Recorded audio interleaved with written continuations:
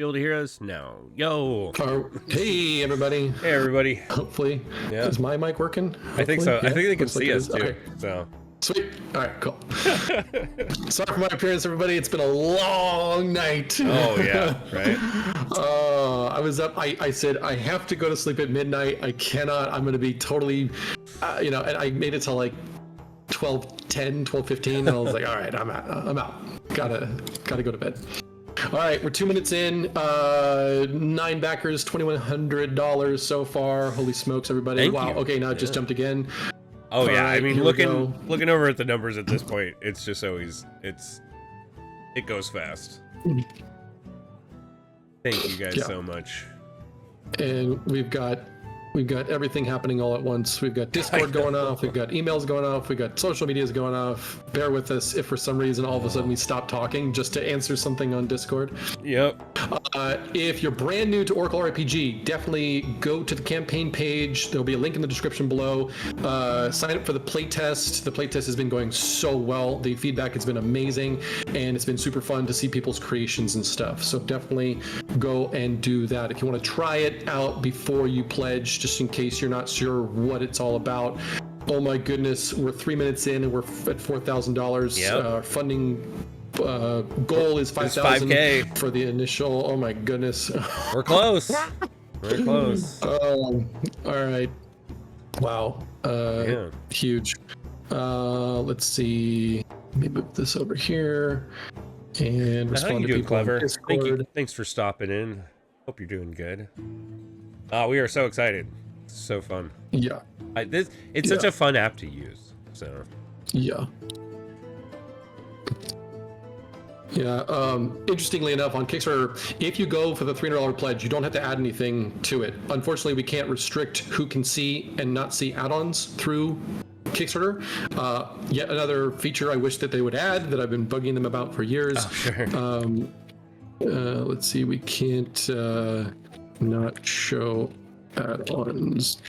Yeah. Based on pledge level. That makes sense. Someone's just like, why would I need to add on the module? Yeah, no, if you went for the $300 pledge, you're good. Don't add anything to your pledge. You're fine. Oh, we're almost there. Thank you, Mackers. We're $49 away. Yep. Funding. Hey. We did in 4 minutes. We did in 4 minutes. We're done. Oh Nice. my Update the goodness, graphics. Update the graphics. No. Upgrade. Okay. Yeah, I didn't even think about that. Funded. Let me get a funded thing going on the graphic. Holy smokes. Funded in 4 minutes. Yeah, you guys are insane. Are you kidding me? Oh man. No. Oh, don't. Just, all right. At everyone, we funded in 4 minutes. That's a new record. That is. Yeah.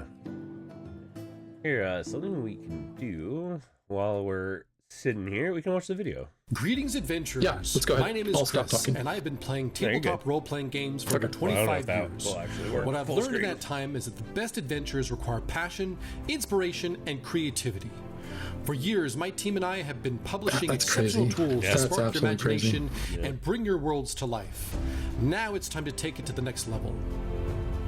Introducing Oracle RPG, a new way to prep and play. We've taken all of the content generators and RPG tools we've created over the years and put them into a single, all-inclusive app. Didn't have time to Dude, the game session was great. It was just so much fun getting together with everybody. And does the party want to explore a place you haven't put any thought into yet? No problem. If there is an aspect of your adventure that you need to create, the Oracle RPG app can do it in seconds. Create remarkable realms, spectacular settlements, dangerous destinations, compelling stories, intriguing characters, terrifying monsters, and more. Use the RPG tools when you need objects of intrigue, elements of inspiration, treacherous traps, wandering monsters, and more. Organize all of your components with the Campaign Builder, where you can create content on the fly whenever you want. Drag and drop your components to put some items on a character, put that character into a tavern, and put that tavern into a settlement. With Oracle RPG, you can save time and get back to gaming with more inspiration at your fingertips than you've ever had before. During this Kickstarter campaign, we are funding the initial launch of the app that will have a total of 16 modules. These modules include 8 content generators and 8 RPG tools. Pick a subscription pledge if you want access to all the modules within the app for one low price per month. Go with the build your own pledge if you'd like to pick which modules you have permanent access to once the app is live. The Epic pledge is a good choice if you'd like to save 50% on our 8 core modules. With the Legendary pledge, you'll save 50% on all 16 modules that will be available when the app first goes live. For our super fans, we have the Immortal pledge that gives you all current and future modules for life. This means that you can get every single module we ever add to the app as we continue to create more excellent content generators and RPG tools. This pledge will be a Kickstarter exclusive deal, so don't miss out. Make sure to become a playtester and try the app out for yourself. I'm assuming we're still watching the video. Yeah, still watching the video. Every single Nord Games product we've ever published. We're almost there. But this app is truly in a league of its own. We can talk over it. I'm sure people will watch the video. All of the products that came before it, and it will do the same for all products we publish in the future as well. If It's like when you get a movie, you put the commentary on. My team and I would appreciate your pledge. And we'd people in the movie are talking over it, or like, oh, I remember that scene. Campaign all remember when across we were social shooting media. that? It really means a lot to us to have such a passionate Yeah, following. it was and we are looking definitely a fun little forward to game a bright session. future in the gaming community. We basically got together. I had a Happy tiny, gaming, and thank you for checking loose out idea our of what campaign. might happen, but basically everything that you guys did, impacted my my story in a way that I just went, well, let's see what the Oracle has to say about it, and we just kept on coming up with different things that were happening, in the town or whatever, and it was a really cool experience. And up until then, it was all sort of conceptual. Actually running a game with it was like, yeah, this could be useful. And then I actually ran the game with it. And I was like, yeah, this is really useful. So funny. Yeah, it was one of those things too where like during that campaign or during that session, a lot of the times you're like, oh, this is so cool. Like, yeah, I just kept on saying it over and over again. You would do something and you're like, we're like, what's going on? And it's like, you'll find out. You'll find out. You'll find out. But it was just great because it was giving me the answers. And I was making up some stuff off the top of my head, but then there were a bunch of things that I was like, you know what? I'm going to ask the Oracle for an answer on this and see what it comes up with, just for inspiration. And some of them I used, some of them I didn't. Overall, though, it was very smooth. And then the whole campaign builder where I was able to organize everything was really cool too. And then creating things on the fly, like you guys wanted that signet ring, for example, and I was like, okay, let me just see. Well, it wasn't a signet ring at the beginning, but it was like, you guys said, is there an item that we could use to sort of prove that we were sent by this person? And I was like, actually, yeah. So I just went into jewelry and I clicked it. It gave me, at first it gave me, I think, like an amulet, and then it gave me a ring. And I was like, I'll use the ring instead. Okay. So, and then all of the magic abilities that the ring had, it just made it up. And so when you guys asked, what does it do? One of you guys, I had you roll an Arcana check, and then I said, it does this, this, and this. And you're like, oh, cool. So it wasn't like a crazy powerful item, but it did do a cool thing. It was like a resistant disease or something like that. Yeah. Which was perfect really because we were dealing with what we thought was a plague or some sort of disease. Yeah. And so it worked out really good. Yeah. Man, it just everything about it worked the exact way that I was hoping it would. Yeah. And it's just one of those things like you think, oh, this could work, and then until you actually use it, you don't know for sure. So the fact that it did do everything that we anticipated it would, that was just the best. Yeah, it's always fun. It was a fun little session. It's been a while since we've played, so it was nice to be able to get together and all play and turn it into a video. Also, how's it going, Lord? How you doing, Wolf? Thank you guys for stopping on in. Lord Ari trying to move it to Star Wars, as always. Wouldn't be a Nord Game stream without talking about Star Wars for a split second. So on that topic, so people who are curious, what we're anticipating on doing is expand into other genres of role-playing games. Yep. So if you've got like a Star Wars game or a Cthulhu game or Pathfinder or, well, Pathfinder's... but even then, yeah. Fantasy, Starfinder. So getting into other genres as well as other game systems entirely. And you might have something as obscure as like Rifts, where it's a bunch of different genres and stuff. So being able to support multiple game systems is the end goal in all of this. We are going to be adding what I'm calling rules codexes for at least 5e and Pathfinder to begin with, because those are just the biggest ones. But we will be reaching out to the community to find out what are people interested in so far as other systems. You know, do people want Swords and Wizardry, Shadow Dark, systems like that in there as well for the old school people? Do people want things like Starfinder or Spelljammer and stuff in there as well? Yeah, Lord Eat said to do the Cosmere RPG. Yeah, yeah. So that's one of the old school ones, I believe. I believe. So yeah, anybody who is a fan of like D&D and stuff like that, definitely we are wanting to support that as much as possible. So it's definitely interested in that. Well, Cosmere, for some reason, or no, I'm thinking Osric. I'm thinking of Osric, not Cosmere. Yeah, it's Brandon Sanderson's work. So yeah.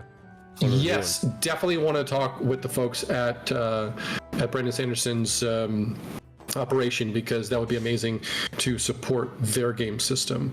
I was thinking of Osric, not Cosmere. Osric, I think, is the old school one. There's so many. Yeah, there are. And they all like DCC is probably one of the older ones that I did, which is the Dungeon Call Classics. And then I do want to support MCDM and DC20. Those two systems, are new systems that we want to support. Tales of the Valiant from Kobold Press. Yeah. All of those would be amazing to support as well. So yeah. So let me get this new banner up on here. Funded in 4 minutes. Hey,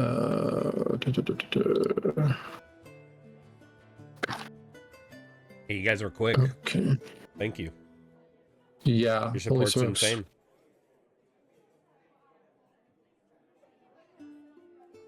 Okay. Cool. We do have the app on. I have the browser version ready to go. You can mess around with it. Yeah, let's go ahead. If you want to go there and log in. Generate a story. Yeah, no, I'm in. We're here. Yeah. Do I want to? Yeah, it's always one of those fun things where it's just like, do I want to pick one, or do we want to just go full random? Let's just go full random. Political intrigue. A priest. Let's see. A priest will right? Oh, coerce a petition to elevate their own status, but their actions will cost them everything. It's the generators are so fun because they just work. It's just like, oh, okay, cool, I can slot this in. And this one is like pretty straightforward. A priest using their charm, charisma and charm, will try to basically coerce a politician into elevating the priest status, but in doing so, well, it's his downfall. Mm-hmm. Yeah. Oh, and it's life. Yeah. It cost them their life. It cost them. Yeah. So it was everything. Yeah. That's an interesting thing too, because you think in terms of like, well, do they just get killed, or do they like turn undead? Did they get cursed to where they age super fast? I mean, there's tons of different options there. Oh, yeah. So, and that's the goal.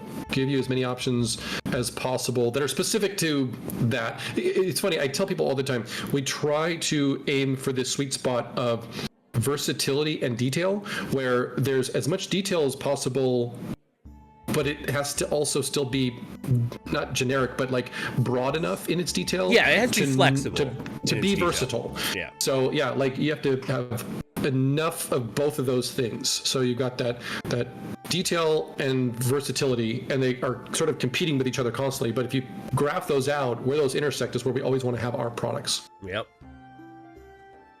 Yeah, the next one we got was a rebel will blackmail a ruler to cover up a transgression, but then they go into hiding.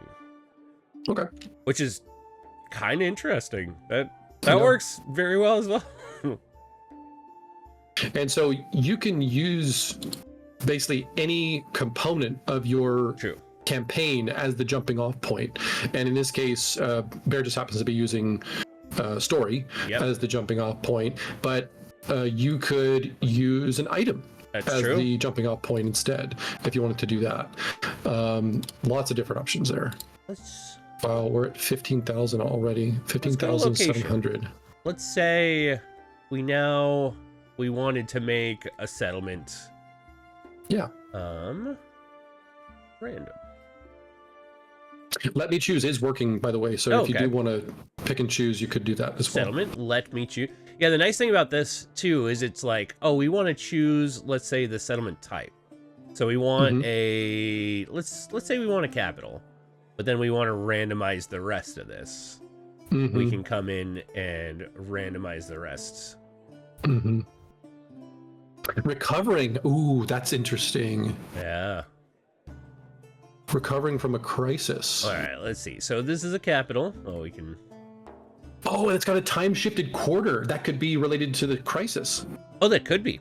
That's true. Somebody was messing around with magic and something weird happened. A whole section of the city got like pushed back in time or forward in time. Ooh, that could be really cool. You have like sci-fi in one spot within the city. Yeah, because let's see. The one we got for that was Midnight Loop. Each night at midnight, a short half hour repeats once. Some residents use this extra time for secret meetings, contraband deals, while others remain oblivious that it's happening. That's really cool. So basically, that's super cool. That is kind of interesting. So it like turns midnight, and then the first half hour of midnight repeats itself. That'd be strange. Yes, from a storytelling standpoint, how do you do that? That's super cool. Yeah, well, I would love to basically, like, I don't know, maybe they get to the capital city, like your party, they're spending the night in the tavern, you have one have like a bad dream or wake them up around midnight. You have them go do something that's obvious, and then when they get done, they wake up again and they go do it again, and they're like, wait a second, what's going on? Okay, on that topic, I actually did do a one shot where there was a time loop happening. And I've talked about this before, I think, on stream, but so anybody who's already heard it, you hear it again. It worked out really good because I only allowed it to be a few hours that was actually looping. And over the course of the session, it was like 3 or 4 hours in actual real life game time. I let them roll for remembering things from what happened before. Because at first it was just and the DC went down each time because they were basically repeating the same thing over and over again. But each time they would do it a little bit differently. But everybody else behaved pretty much the same way, but they were able to behave a little bit differently. And so that is a really cool thing, introducing the concept of time travel, but keeping it a little more contained. I think it was a bit more consumable for the players, because again, it wasn't like a long campaign, it was just a single session there at a game convention. But yeah, that worked out really good. But that's a really cool concept, to have this like time shifted thing that, you know, gives you an extra hour. Yeah, I like how it could just be like a small section too, because on it does say like one district or one block within it is currently experiencing this. So that would be extra strange. Like if you're within that area, you basically get that extra half hour, where if you're not, you're just don't even know what's happening. Yeah. So someone asked on direct message, will Pathfinder 2e be supported? The plan is yes, but we're going to let the community vote on which game systems will be priority. Okay. So that makes sense. I was hoping there was some way that we could send out messages to everybody like automatically. Thank you for backing our project. Can you do this now that answer the survey. Yeah, that would be really convenient. But there was no way for us to do that. So I'm curious if there's a way that we could explore that. True. Like mid-campaign, but I know our newsletter at least put good for that too. So yeah, I will put on an update saying, hey. Oh, that works too. Answer this survey. It'll help us determine what's priority, because obviously we want to go for what's going to support the largest portion of the community first. And if Pathfinder 2 is going to be one of those, then we can certainly do that. Yeah, I have a feeling Pathfinder and Pathfinder 2 are going to be up on that list. Yeah, but we'll see. I do wonder, maybe there's another game system that's just larger within our community that people would like to see. Yeah, I really want to support Shadow Dark. That looks really, really cool. I haven't had a chance to play it yet, but it looks really cool. Let's pick a landmark. Ooh. Actually, let's randomize the landmark. Okay, so we got a Great Rock Arch. A monumental, natural or carved stone arch towering above travelers, hosting or possibly a meeting place or a sacred site. And then it can be moaning winds, pilgrimage engravings, portal alignments, or seasonal market. I kind of like pilgrimage engravings. Thousands of carvings, names, or prayer lines, or prayers line the arch. Uncovering a hidden message in the graffiti could reveal conspiracies or lead to a hidden shrine. That's neat. That's actually a cool way to... That's very cool. Yeah. Let's find out the history. Oh, heirloom tourism. Over generations, the landmark attract families or individuals seeking ancestral roots, bragging rights, or relics, turning it into a pilgrimage or a holiday spot. That works perfect for what we got for our pilgrim engravings. It's funny when you choose one and then you do a random one, and the random one just works perfectly with the one you chose, and you're like, oh, cool. Yeah. Serendipitous. And sometimes you already have an idea in your mind of what you may want to go for, and then it sort of starts to build out something either identical or pretty similar to that. And sometimes it can be kind of weird. You're like, whoa, that's a bit close. App, are you listening to me? And no, the app doesn't listen to you, so it's basically just building stuff. It's just all randomly. Based on it is a bit of logic. Anyone who's curious, all this stuff is driven by content that our team has written. It's not AI at all. We have talked about some sort of AI enhancement in the future, but that's not anything that we're exploring right now. Now, I see AI as being it's a very controversial topic right now. I don't like the idea of AI artwork when they're training the models on people's work that they haven't really gotten permission from. However, there is this gray area where you say, well, if you're an artist and you're inspired by other people's work, aren't you doing the same thing? You're not using, you're not getting their permission to get that inspiration. Sure. It's a little bit different when you literally take someone else's artwork and trace over it. That's kind of what I feel that AI is doing to a certain degree. It is. So that's it's a controversial topic. But our ideas around AI would be more of if you created something like your landmark there, and then you had a section below all of the human generated content that's like an AI prompt where you could say, tell me about a monster that lives here. Let's say it's something that's not covered. Well, in the original content, the AI model could take all the information that was generated by the app, and then your prompt of tell me about a monster that lives here, and it would combine those things together and give you something that you could then add to that component, this landmark in this case, or regenerate and come up with something new. So I think that is a logical way of using AI to enhance what humans have already written and created for your inspiration. So it could just add more to it. And obviously not anything we're covering right now, but it could be something that we add in the future that if you wanted, it could be an optional extra thing that you could get.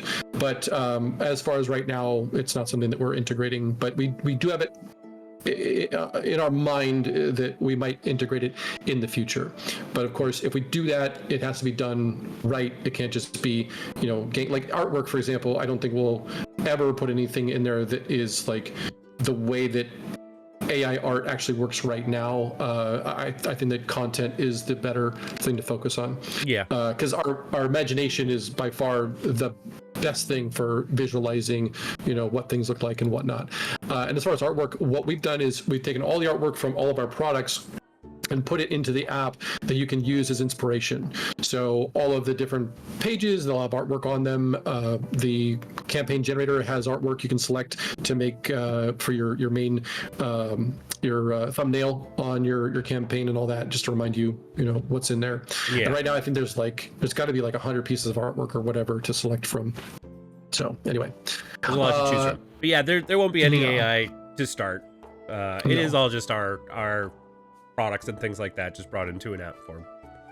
And it's procedurally grabbing the different components to assemble the thing, like what Bear's working on right now. So it's grabbing and saying, well, for a landmark, I need this information, this information, this information. It assembles it for you in a way that it's consumable and usable. Yeah, and it's our work. We've commissioned. We have used it, like for settlements and things like that. I recognize this art as the cover art and things like that. So some of the art has been used before. Is there any art that we haven't actually used that is ending up in the Oracle to choose from? Yeah. What do you mean, artwork from our products? Yeah. Or there's artwork that we commissioned over the years that this is the first time people are seeing it? This is pretty much, if you've purchased all the Nord Games products, you'd have seen these at some point in time. Yeah. Okay. So there's nothing brand new to Oracle. And this is one of the reasons that we could get it done so quickly. So for those of you who don't know, we started developing this in November. Yeah. So we were able to take the content from, so the way that we do our writing is all in Google Docs. So the multiple members of the team can contribute to a single document. Well, I was able to take those and put them into a database in order to then write the program that reaches into the database and grabs the content and then presents it to you. So the speed at which we were able to get this done was phenomenal. And I'm super stoked with how it all turned out. So just in case you're wondering, I have a main screen here, and then I've got my iPad right here. So if I keep on looking down at where the camera's sitting, it's because the iPad keeps on telling me, new backer. Thank you, everybody. Yeah. And just mentioning it, so if you're watching us live, please go, or even after we're no longer live, please share a link to the campaign with your friends. It really helps us out. That word of mouth via social media is by far one of the best things for these campaigns. Oh yeah, 100%. All right, let's make a villain. Do you want to choose their race? Role? Let's just. Did you select? Let me choose. Let me take a look at the stream. Yeah. So whatever you want. I just. Sometimes I just roll randomly, and other things I want to pick. I definitely like the idea of like a mastermind. Yeah, I was leaning towards mastermind too, weirdly. Yeah. Yeah, right, mastermind seems like cool. And then let's see, we got a criminal mastermind. Nice. Who is a human. Okay. Faith-bound human. Interesting. Okay. Cool. Now some of these grandiose. Some of these concepts we actually created for the app. These are brand new things, and I was like, let's create some sub races. What are some sub races of human? Let's have some different options, and they all do different things. What that means to your actual story, it's up to you. But I figured it would make it more interesting than just human. We've got like subclasses or sub races of dwarves and gnomes and halflings. Why not humans as well? Yeah. So threw that in there. I like that. Yeah, that's the nice thing about the app is it will slowly grow over time. There will be more choices, more things. Like you make a card deck or a physical product, and there it is. You got it. Yeah. Basically. Yeah. But for the app, slowly but surely there will be more and more added to it. Yeah. Let's see. Yeah, that Dark. That is the direction we would go for AI for sure, because I think it does make a lot of sense to basically generate off of our own content. So it's not like we're going to get anyone else's or anything like that. It is strictly using our own stuff to basically generate whatever the reply would be. Yeah, and you use the right word there, enhance. So I can see a section that says AI enhanced, and below it maybe there's a couple of pre-made prompts, like if you're in a character in the AI enhanced section, it says something like, tell me the history about this person or whatever. Whereas if you're in a settlement, it would be something like, tell me the history of the settlement. Well, there's history that you can do settlement, but there's certain things would apply to components like characters that wouldn't apply to components like settlements, Sure. So there might be a few pre-made ones, and then just a section that you can fill out your own question. It'll then add that question to what it already knows about the component. It'll then feed that into the AI. It will then give you a response, and it may be something where it's limited to like a sentence or 2 sentences or whatever, and then if you don't like it, you just press regenerate and it'll come up with a different one for you. Or you add it and then you edit it. If you like most of it, but then you want to edit it, you can do that. So basically everything within a component, which is like what Bear's making right now, is editable. Yep. Future step, Nord Games' own sentient quantum computer. Sure. Slowly but surely, right? Oh, shaped suspiciously similar to an R2 unit. Yep, exactly. Star Wars, why not? In fact, we just watched Return of the Jedi last night, my boys and I. Nice. It was super fun. That's the first time they've ever seen it. So, nice. They really enjoyed it. They loved the Ewoks, as you would, Sure. But they really enjoyed that movie.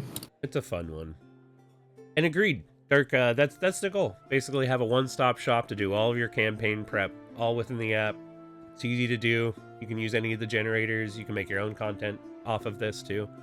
Because we're going to have a community page. There's going to be the marketplace. So very excited for that. Our villain's turning out pretty cool. We have a human faith-bound human. We have the mastermind. He is a criminal mastermind. They are grandiose and flamboyant. Basically, they're doing this out of envy for status. They're trying to climb that ladder. They're temperamental, which is volatile. And then they have an artistic talent, which is painter, which to me, when we got to that, I was like, oh, that makes him real interesting real quick to me. Oh, that's interesting. Yeah, so you've got this temperamental, talented painter who just happens to be a criminal mastermind. Uh-huh. That's interesting. Yeah, so that could be your villain for the whole story. It could be an underboss, however you want to build it out. So, yeah, very cool. Dude, just the sheer amount of inspiration with just a few clicks. Oh man, okay, so we're at 102 backers, $23,000 raised. This is amazing. Thank you, everybody. Yeah. I hope everything's going smoothly for everyone. If there are any questions or anything like that, definitely put them either in the comments section of the campaign page or in the comments here on the live stream, and we will add FAQs if need be. True. The Discord is also a great place to talk about this. We have a whole Oracle RPG section. Who else do we have? The Discord has never had so much chatter. It's been crazy. Crazy in a good way. Whoa. All right. We decided to do a random one. I did Nobles and Clergy, and we got Automata as our race and species. Nice. Which makes that very interesting. So he's a soulbound automata. So basically an automata construct that merges mechanical bodies with sentinel souls. Or sentient souls. Both giving them intelligence and emotional depth. And then he's a knight. That's cool. He's a mentor. He's rude and aloof. A robot that is rude and aloof. But I mean, he is soulbound, so he does have. He's soulbound automata. Yep. Yeah, there are a few different options in there. That's true. I came up with the store. Can you look at the different options? I think it was Stormcore. Let's see. So you're in the mode. I was in the random. I was in the pure random. Yeah. Okay. So if we go here, let me choose and go pick and go automata. Yeah, so there's Clockwork, Soulbound, Steam, and Stormcore. Exactly. So you've got this like Clockwork, they're kind of wind up, and then the Soulbound are more magical enhanced, where the Soulstone actually sort of powers them and gives them their personality and all that kind of stuff. And then there's this steam powered one, and then the Stormcore. The Stormcore, the idea there was, what if you had a like electrical powered, but how do you explain that? Well, they've got some sort of a core that's got some sort of like lightning in a bottle sort of thing going on, and that's powering the actual mechanical aspects of the Stormcore automata. Okay. Yeah. So, and other cool thing about this is there's no limit to what we can actually create. So right now we've created 4 sub-races per main race. We can create additional sub-races over time. That's going to be one of the stretch goals, actually, is to enhance each one of the different builders. So let's say we actually make it to where your character generator comes up with more than the options that we're showing right now. So there's 12 different races. Well, what if there's actually 20 different races or 50 different races? Who knows how big it can get. We're not limited by physical space, so we can pretty much create as much as we want, which is super cool. It is very nice. Yeah, that's the other thing about even doing like a card product or something like that. That's why we have the 4 options a lot of the time on our cart, is because that's the allotted space that we have. Works well with a D4. If we were to go up to a D6 or something like that, you'd have to lower the amount of content that's on the card itself. And it comes back to the whole, how flexible can you make it while trying to make it as precise as possible at the same time. But yeah, with the app, you can go very deep with that. You can add so much more flexibility. Yeah. Someone just asked in Discord, is there a cap on the number of backers on the Immortal Pledge level? And the answer is no. We're not capping that. We feel like it is an interesting conundrum where offering this via Kickstarter, which will be the only place you can get it, by the way, we're essentially saying if you get the $300 pledge, you'll have access to all modules now and forever. Like all the stuff that we ever come out with in the future, you'll have access to all that. You won't have to pay anything extra. So it's like that truly lifetime immortal pledge. Well, you could see it as sort of a detriment, because now all those products that come out later, all of these people who back us at the $300 level are going to have access to that forever, so we don't actually get any money from them later. Yeah, I get that, but it's sort of one of those big rewards where we are appreciating everybody for doing that now, and that money that is being raised will go toward lots and lots of marketing efforts to get additional people on board. So that's the logic there, and hopefully it's sound logic. We'll find out. But yeah, we're just trying to reward people for being early adopters, founders, and fans of ours. Yeah, I think it's a great way to basically support the initial community. Like, if you want to get in on the ground floor and have everything forever, like, then by all means, like, be here, support us, support the community, and we're going to support you guys. So we need 4-dimensional cards. We're working on 4-dimensional cards. That is the right. The next thing, it's just, oh, cool. This fits into the smallest space ever. This is fun. I think out of all of the generators, character is my favorite. It's just so fun making characters. When we're at trade shows or anything like that, being able to demo off this product is just so much fun. Because like a lot of the times too, I'll be demoing it to people who don't necessarily play Dungeons and Dragons themselves, or any fantasy role-playing game, and they'll be like, oh, I can't make a character, I'm not good at this. And I'm like, no, try, have fun. And next thing you know, they're like really into it. Yeah, the story generator is one of the greatest things to show off at conventions. Yeah, because people will walk up to the booth and they're like, "What's this thing?" And you're like, "Oh, it's a story generator. Let's create a story." So I just have them draw, whatever. What kind of story do you want to create? Oh, epic adventure. All right, cool. So here's an actor, here's an action, here's a subject, an intent, and development, and then they read it off like a Mad Lib, and it works every single time. And that really goes to show how talented Josh Perry is. Oh, yeah. Truly, because he and I came up with the original concept, but the reality was he's the one who put in all the effort to make sure that everything worked with everything else, and it would actually make a sentence out of the different concepts. So kudos to Josh for that. Yeah, crushed it. Yeah, let's make a story, actually. We just talked about Epic Adventures too, so let's do Epic Adventures. All right, our actor is an aberration? Hailing from aberration. Yeah. Oh yeah, aberration. Yeah. They're one of the monster types. Yeah. Yep. It's a crawling terror. Okay. Will transform to a beast. Okay. A rival. So let's see. To alter themselves. A rival. Yeah. Yep. So we'll transform a rival into a beast. Yep. Basically. Yeah. And then our development.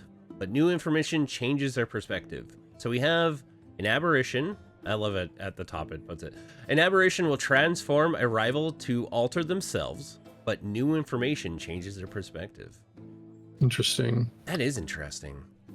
Yeah. An aberration that wants to change a rival. Like, what would be... It's a commercial rival. Ooh, this is getting even more interesting.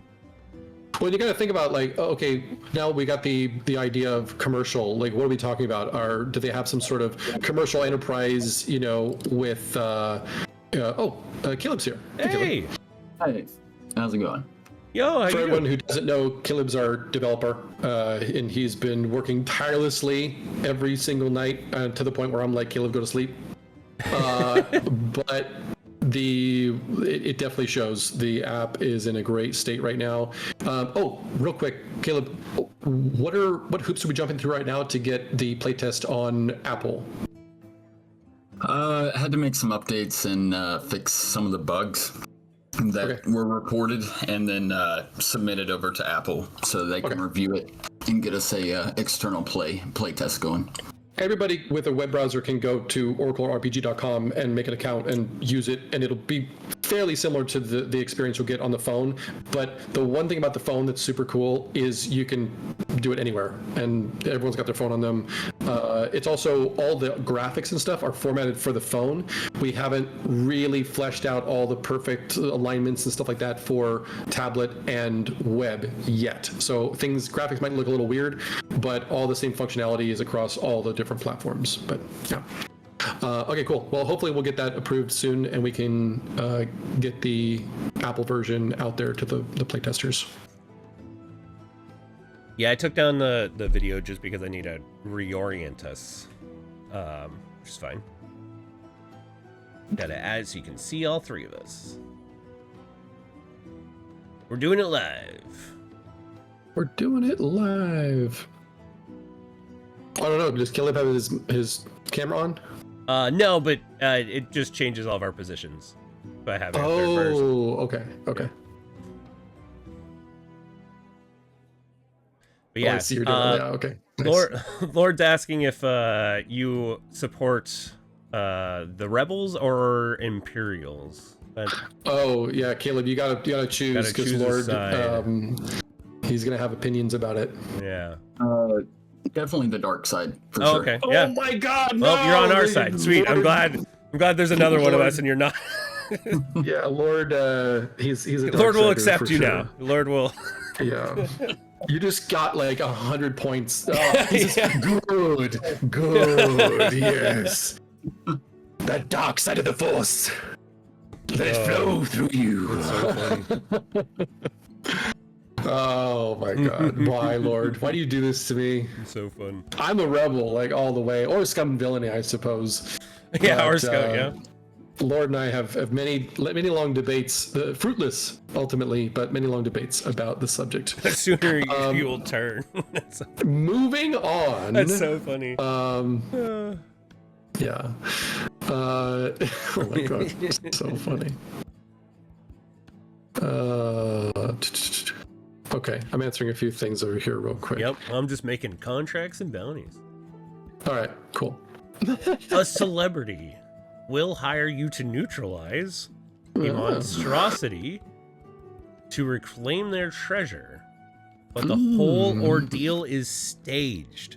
That's cool. Actually kind of neat, because that works real well with celebrity. Yep. How funny would that be? Like, you finish up and you like find out after you're done that everything that you just did was staged. Yeah. Maybe like you got seriously injured during it too, or something. You're like, what the hell, man? Yeah. Like, what was it all for? Yeah, exactly.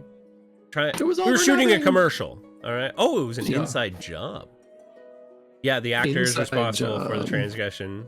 Maybe trying to prove a point. That's cool. What type of celebrity did we have? A military veteran. Cool. Ooh. What were you Seems hiring fishy. us? Oh, you were hiring us to neutralize a soul. Oh. Or, yeah. Let's see. You will hire you to neutralize soul. Something about the subject's soul must be controlled. Perhaps they can be dominated through magic, broken through torture, or sealed in a magic item. And that's a basilisk soul. Yeah. That's crazy. That is an interesting concept. Oh yeah, and it's trying to get a magical item. So that works very well with basically, potentially, you're trying to find this magical item that you're going to then put the basilisk soul into. And then you find out that it is all staged. It's like, we killed a basilisk for this. It didn't need to die. That's cool. No. Yeah, that's a really cool story. Now, what's super awesome actually is the way that Caleb integrated stories into the campaign organizer. Oh yeah. When you get to that stage, I will just want to point it out when we get there, because it really is cool. We discussed back and forth for a little while, like, what's the best way? Because a story is a component of your campaign. Yeah. But how do you like attach it to things and all that? And he came up with an idea that really worked well. And I featured it on the campaign builder video that I made last night. But we can, when you get there, we can show everybody how that works. Super cool. Well, we can do the campaign builder. Campaign 1. I think we should. Yeah. So go ahead and. Let's see. Go ahead. Yeah. Yes. So select a place to start. Story, location, story. My creations. I do have a story. Add to campaign.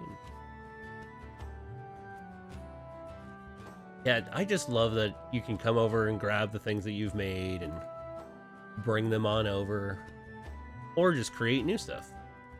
We're gonna have a character who is within this story. I need them to be a merchant. It made us a tailor. An elf tailor. So nice. Can add notes to them.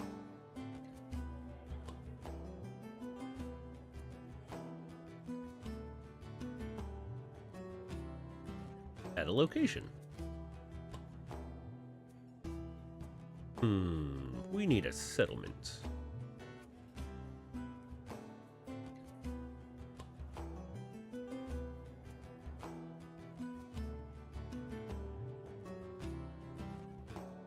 Oh, made us a capital. Nice.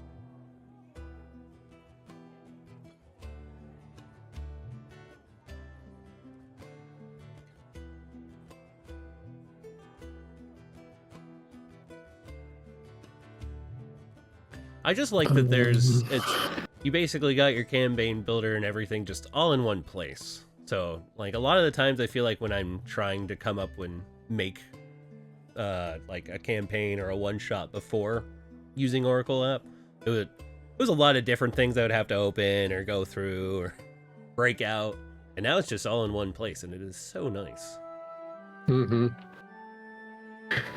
Yeah, organizing all these thoughts in one spot and then being able to like drag and drop them around.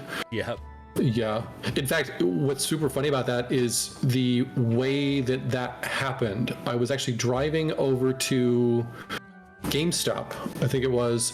I wanted to go and take a look at Nintendo Switch. Believe it or not, I don't own a Nintendo Switch, and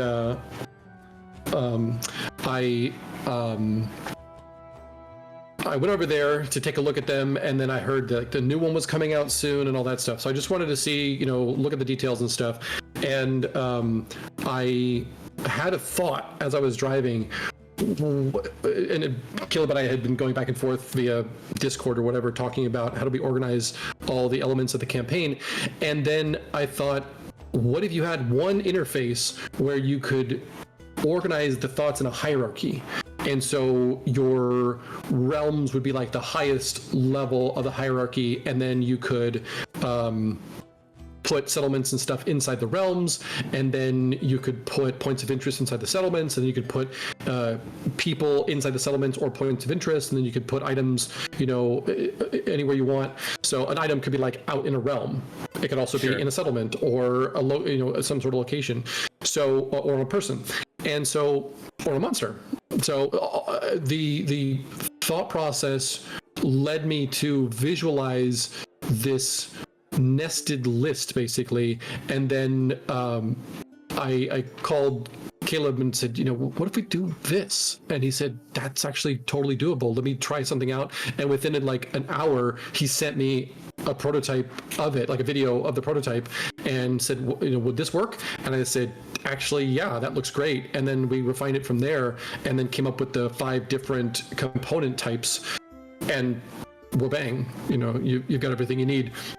So yeah, it worked out really good. So the development on this has been really, fast, like really fast. Oh, shockingly fast. It has been crazy. But I've been taking care of all the database information because I've got access to all of the content, and Kelly's been handling all of the like programming side, and then the two of us have been collaborating on the user interface side of things. Yeah, both been crushing it. I love how it turned out so far. So yeah. And it'll get more and more refined. Things like the graphics, for example, like you can only see the top of this dude's head, in the graphic there. Well, the actual graphic for the web version will be much, much taller and have a larger gradient and all that kind of stuff. Yep. So those kinds of style choices and stuff are still in the works. So please forgive any weird artwork cropping, like all these aren't cropped correctly right now. It just, everything is subject to change during the playtest. Yeah. The normal. Yeah, but but the actual content, all that will happen to the content is it'll get bigger and bigger over time. Some people asked about the settlements module. So if you go to location builder and or location generator and go into settlements. Yep. So this is based on our Spectacular Settlements book and PDF.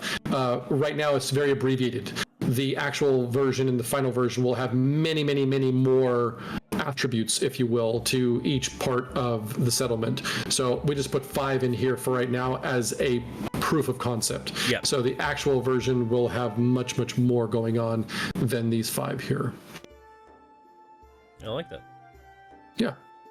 Yeah, because Settlements does have quite a bit of detail in that book when you're rolling on tables. Destinations is the same way, and yeah, so we want to honor the original product as well, but the original playtest, we had to make sure that it wasn't like, we could spend 4 weeks implementing all of the functionality of settlements, or make it a little more quick and dirty, and at least get the concept out there so people understood what to expect out of it. That makes sense. So we opted for that. Thank you so much for sharing the link around. It's super helpful. Yes. Please definitely go and share the link everywhere, all over social media, text your friends. Yep. Anything you can do to get the word out is extremely helpful. Whoa, this capital is dilapidated with a ghost. It's basically inhabited by ghosts. Nice. That's interesting. I like that. I do like that. It's up to you to decide whether they're hostile or not. We may have tossed a link into the Cosmere RPG Discord. Nice. They're aware of us now. No. Nice. Yeah, that would be a game system that would be smart to support. We want to support as many as we can over time, though. So. All right. Realm. Let's make a realm. Is a mountainous.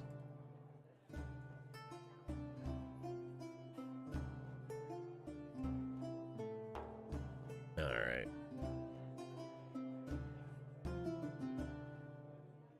There are a few typos I found here and there, like the plane. It says plane instead of planes. Oh, yeah. That was my bad. It's just a few things that I've fat fingered. Yeah. Yeah, that's pretty reasonable. Yeah. I mean, it's the other nice thing about playtest. You'll just be able to get those called out and sussed out. Yeah. Let's add this as our Realm 1. Save location.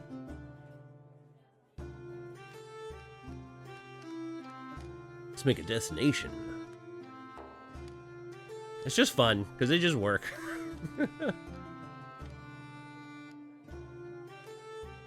Yep. There's also a few things like that spell plague has a 12 on it. Yep, I just saw that. I was going to point it out. I forgot to remove certain things. Moving things from Google Docs into more of like a Google Sheet to then upload to a database. Oh my goodness, the copy and paste. Oh. Yeah. My left hand, Control C, Control V, Control C, Control V, Control Z. Just constantly stuck in that curl. It was gnarly. Yeah, it started to really have an impact. But certain things, now that it's in the database, we can just go and identify the issue, go in and modify that one cell in the whole database, and make those changes. Let's see, what's the craziest thing you've generated so far?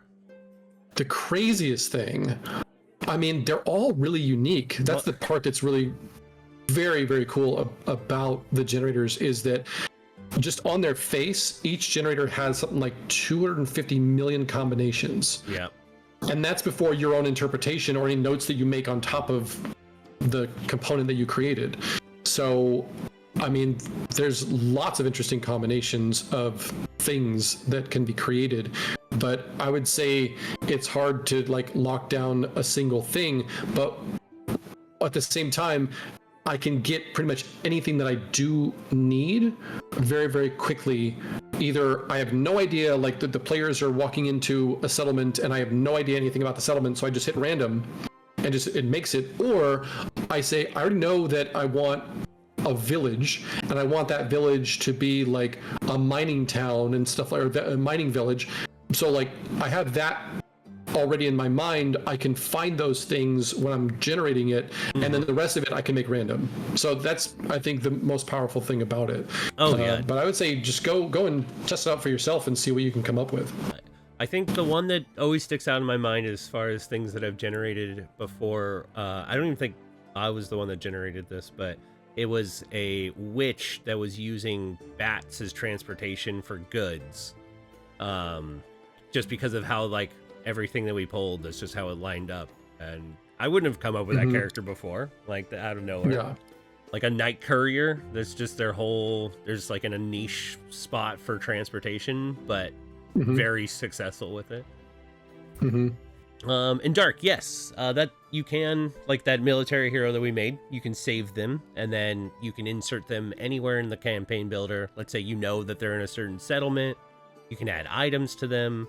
You can basically create them and make sure that they're ready to go wherever you need them to be. And then if they've moved, you can drag them around. If they get taken out for a while, you can take them out.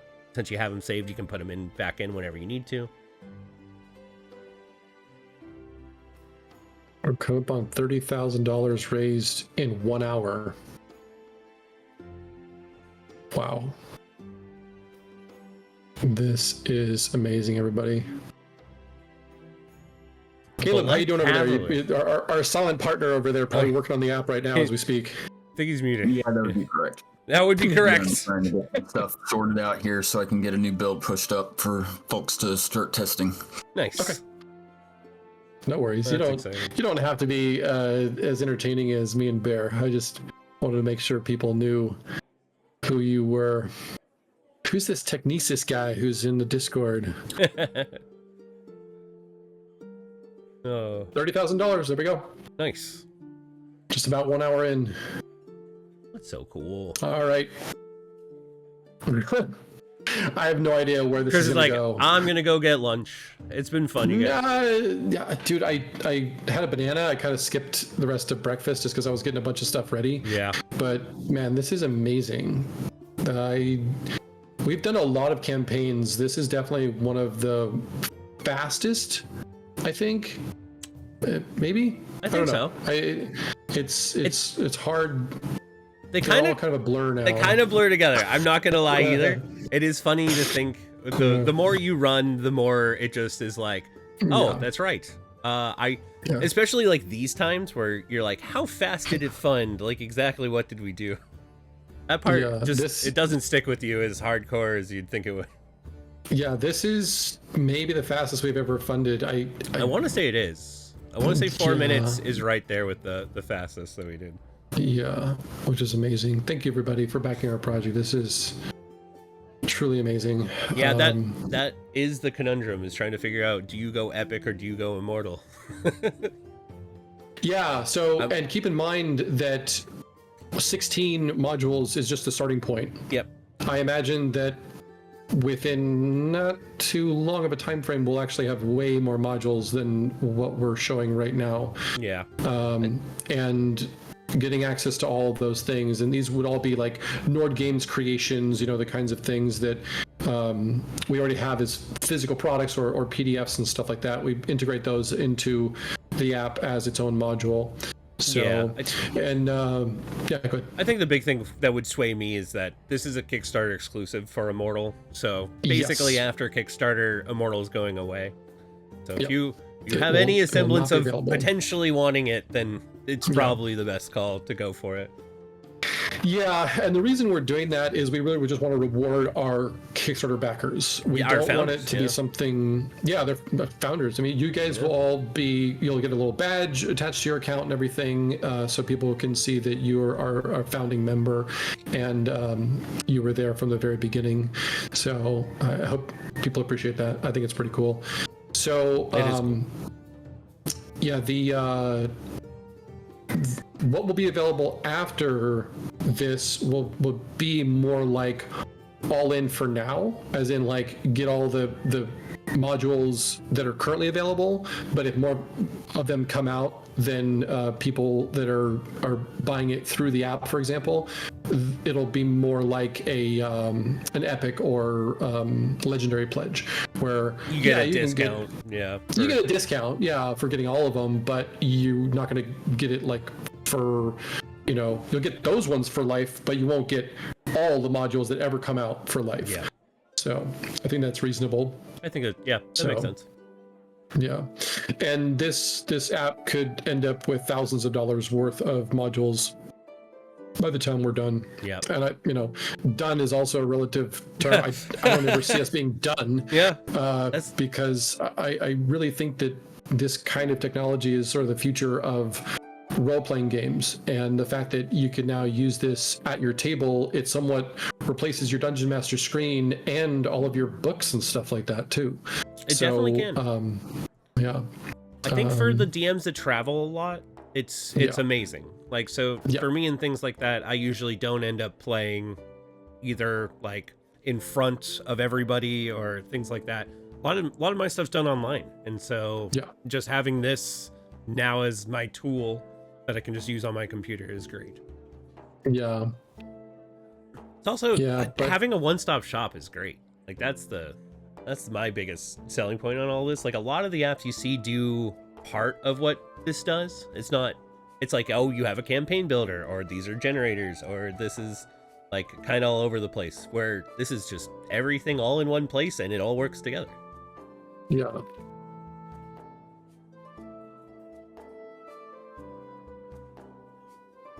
Someone was asking about DC 20. We definitely want to support that if we get enough people who vote on it. Yeah. And it would probably go into the system anyway. It's just a matter of priority. You know, which game systems are going to go in there first. Yeah. And take precedent over the other ones. I kind of mentioned that earlier, where I feel like we want to support as much as we possibly can. Like, us as gamers, we play more than just D&D and things like that. So, like, I've definitely played Pathfinder and Starfinder and things like that. So it'll be nice to support other campaigns, and as well as outside of the fantasy genre. So being able to support sci-fi and things like that, it's the beauty of the app is that it can morph basically with what our needs. We can grow it. I'm pretty sure that 5e and Pathfinder 1 are the two biggest. Yeah, I think just so in too. General. That's why we're starting there to support those. If anyone's curious. Yeah. Dude, we got projects we love. Nice. That's amazing. Okay, now I got to update the graphic again. Cool. Wow, that's huge. Yeah. That is really huge. It's always nice. Okay. Let me update the graphic while we're... Kickstarter loves us. Well, what happens is there's a team at Kickstarter, and what they do is they review every project, and when they're going through that process, they're looking at things like, you know, what kind of value does this present to this industry? And what's really cool is we got a lot of gamers in the community at Kickstarter, which is neat. So board gamers and video gamers and stuff like that, and tabletop role players. So they get it, which is really cool. And whenever I have meetings and stuff with them, it's really cool to talk to like our people. You know, they understand what we're doing. And so when we get a Project We Love award like that, they're basically saying, you know, this project is something that we see brings a lot of value to the community, and so it's pretty strict on who actually gets it, as far as I understand. So it always makes me feel especially vindicated when we do, because I really feel like we put the community first, and our whole effort is around providing everyone with something of value that's going to make their games more enjoyable, spark their creativity, you know, just make everything better in general. Oh, thank you for backing it Immortal. That is so awesome. Fantastic. Yeah. Yeah, Projects We Love, it's such a, I don't know, always whenever I see that badge, it's just always so nice to think that Kickstarter was like, oh, you know, we like your project. We think you guys are doing something great. Yeah. Seriously. Yep. Awesome. Okay, I've got that now added to the page. Where do I put the badge, though? That's the question. Where do I place it? Spot for it. Projects We Love. It's hard because you're like, okay, I already got these things right here. Do I put it right there? Where does this go? Graphic design is sometimes challenging. Integrating someone else's thing also can be a bit daunting. Like, it's got different colors, all that stuff. I think I got a good spot. We'll try that. Next challenge: make huge. Kickstarter make projects we hate. Well, there's a badge on it. This project we hate. Did somebody suggest that? That's what Lord said. So horrible. Yeah. How rude. Yeah. It would be Lord, though, who would say something like that. It's so funny, though. Well, I think that projects we hate, pretty much, it's automatic. They just don't get funded. I would hope that bad projects don't get funded, but I'm astonished at how much stuff actually does get funded, or things like in the gaming community that get funded and never get fulfilled and stuff like that. That kind of stuff really irritates me. Yeah. I'm not going to throw shade at anybody in particular, but I have definitely been sort of behind the scenes a few times where somebody will reach out to me and say, hey, I kind of messed up and I really would like some help on, making this right. And I'm like, I get that and I respect that, but at this point you just need to refund everybody. And they're like, oh, well, I can't do that. And I'm like, that's what you should be doing. If you can't fulfill on what you promised, you should be refunding everybody. And I just it's, in my opinion, unethical to not do that if you can't fulfill. And unfortunately, I've never had anybody come to me with an emergency. I give them the advice to refund everybody, and they've actually done it. They pretty much just disappear. Oh, they and disappear. It's super sad. Yeah. Yeah, it's super sad I could see when that happens. Yeah. They didn't hear what they wanted to hear, so they're out.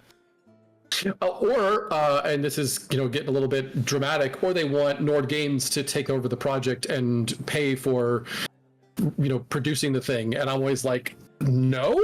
Yeah, right. Like we've got our own thing going on, and I just don't want to get involved with that. The times that it's happened, the proposals have been just ridiculous.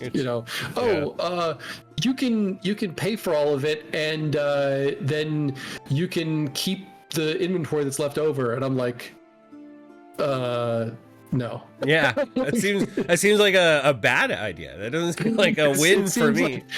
It seems like a way for you to walk away with a ton of money, and for me to be stuck with fulfillment and everything. Like I don't know. It boggles my mind that sometimes people think that that's a logical solution to the dilemma. So and I respect the fact that they're in a tight spot, but if you got yourself there, you can get yourself out, in my opinion. Yeah. So wow. Okay, so taking a look at the campaign page, $33,000 raised so far from everybody. Thank you so much. This is incredible. We're just about an hour and 13 minutes into the campaign. Yeah, 151 huge. backers. Yeah, this is massive. This is obviously we're doing something right, and it really is vindicating or more of a confirmation that people appreciate what it is that we're doing.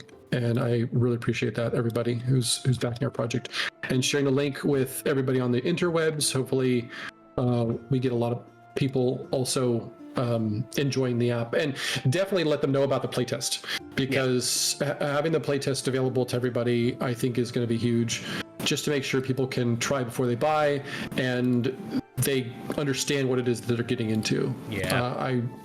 I don't like it when people sort of hide what the thing is, and I'm like, well, until you get it. How am I supposed to make a good decision about what to buy when you're not showing me what it is? No. And again, thank you for Caleb to bust his butt over the past few weeks to make this a thing, because it really wouldn't have been to the point it is right now had he not done that. Happy to be of assistance. Yeah, you're crushing it, man. Yeah, incredible.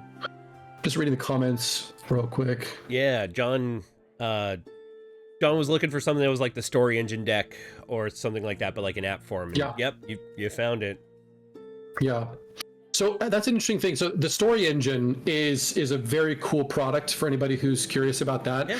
The only issue that I've had with the story engine, because I actually have it, the only issue that I have with it is it only provides you with very small concepts, which I think that they're doing a more broad approach to it, which is perfectly fine. It's a great product. Don't get me wrong. What we decided for our generators was to give you more detail. Not earlier I mentioned it's not so much detail to where it's not usable, but it's a lot more detail than a lot of other products that are in that same genre or same purpose give you. And they're cool, don't get me wrong. I love them, but we decided to go with a bit more detail and hopefully give you more inspiration that way. I remember when we were starting to work on the story generator, that was like one of the reasons why we wanted to do it, was we're like, there are similar products, we've tested them, we like them, but I think we can go at a different angle that allows for basically a little bit more detail, a little bit more, just like an experience of generating a larger overarching story. Because I think, to me, a lot of the story generators that I've used in the past are very like micro level, get you something that you can like digest quickly, which I mean you can do. We do have like a simple side quests and things like that. But a lot of our generators for the story just help you kind of go a little bit deeper, go a little bit bigger with your overall picture. And thank you, Grav, for backing. Appreciate that. Yeah. Excellent. And you know, not to throw shade at anybody else's products, but when we create our stuff, we sit down and say, okay, does this already exist? And if it does, can we do it better? And if we can't do it better, then we don't make it.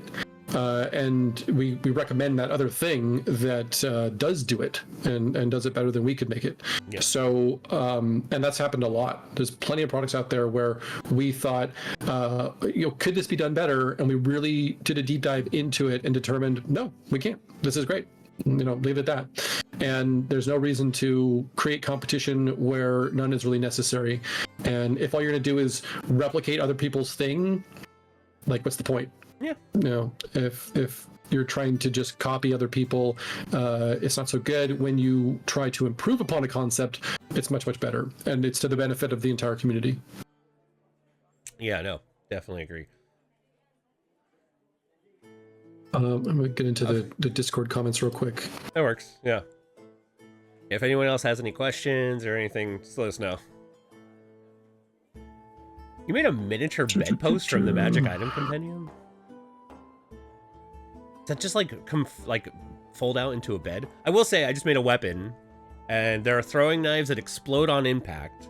They have a stabilizing force which makes the wielders recoil or stumbling during attacks reduced. They are gnomish, and they have haunted echoes which emit faint cries or whispers from spirits tied to its past. Which is, when I was reading it, I was like, oh, these are so cool. They explode. They're like easier to throw. And then I got to them like, oh, but yeah, you constantly are hearing like whispers and echoes whenever you take this thing out. Kind of intense. Yeah. And the other thing too about everything that you generate is your interpretation of the content may be different than mine. Yeah. So every user will put their own spin on it and create an even more unique component, which the amount of versatility here is incredible. Yep.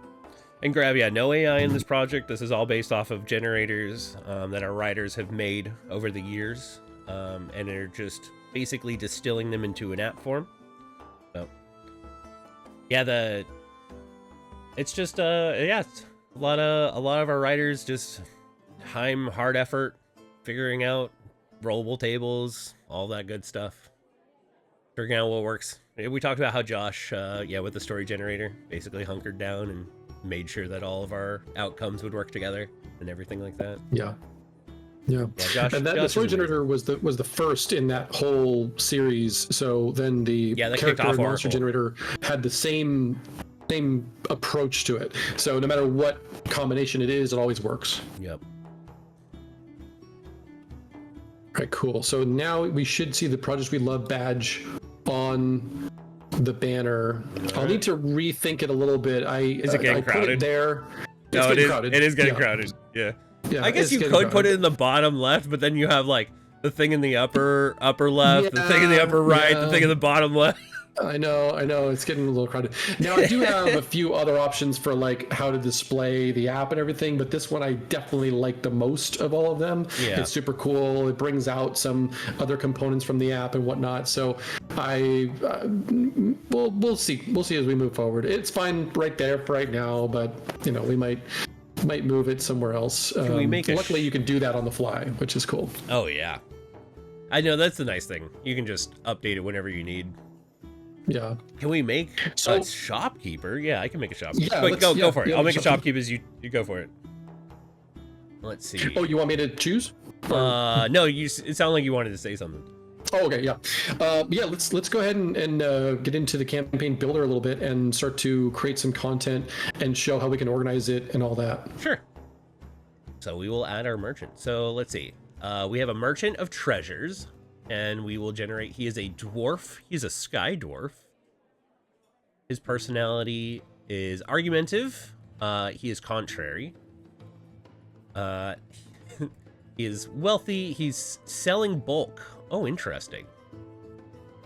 His flaw is he's finicky, and he's critical. This individual is extremely critical of their own work and that of others. And his secret talent or his intrigue is he is a performer and a poet. Oh, interesting. And then we can make this our shopkeep. Maybe you find that out, like that he didn't want to be a shopkeep. Maybe he actually wanted to be a performer, and that's why he's so like argumentative and so strict on what he does. Let's see if we go to creations. Actually, we can go to the campaign builder. It's down here. Create campaign builder. Campaign 1. So we have our story. We have our settlement we made. We have our character. So if we want to go in, add a character from my creations, we have our shopkeep we made. We can grab them and add them to our campaign. And then let's say they are within the settlement. We can go in here and put them underneath our settlement. So now whenever we're looking into our settlement, we know we have our shopkeep here. And if we ever want to click on you can even make him, a shop for them too. True. We can even make a shop for him. We can go in, make a location. Go to locations. Yep. Location generator. Location. You can also do this right there on the left side of the screen as well. So those plus signs, you can add content straight through there. True. Here we can just click here. We can just add our location. Location generator. Basically, yeah, you can grab from yourself, you can grab from community, or you can just make it up on the fly. We can go into settlements. It'll be a point of interest. Oh, true. Yep. Yeah, it'll be a point of interest. Yeah, so points of interest are within settlements. These are things like shops and stuff like that. Yep, general store. So point of interest type. Yep, there you go. Let's see. He was. Yeah, we can just do a general store. Then the haggling hub. It's rustic. Natural tones. Outlaw. Ooh, let's see. It's a rebellion hub. I like that. See, it's nice because you can go in here, you can choose what you want. Like if we didn't want low quality, we could come in here and be like, okay, no, they're actually dealing exotic goods. Nice. Yeah. And they're doing faraway spices. Interesting. Odd security messengers. There is a clockwork sentry. Ooh, that's cool. Cool. Mechanical guardian patrols the shop at night. Yeah. Oh, that's so cool. So now we got our settlement. Right. So within our settlement, here, I guess I should have named this, which we can now come in. Yeah, you can name it now. Just go to more and then click on 3. Yep. And then we can name this shop just so we have it. Save it. And then go down, it'll save. Yep. And now we can put our shopkeep in our shop.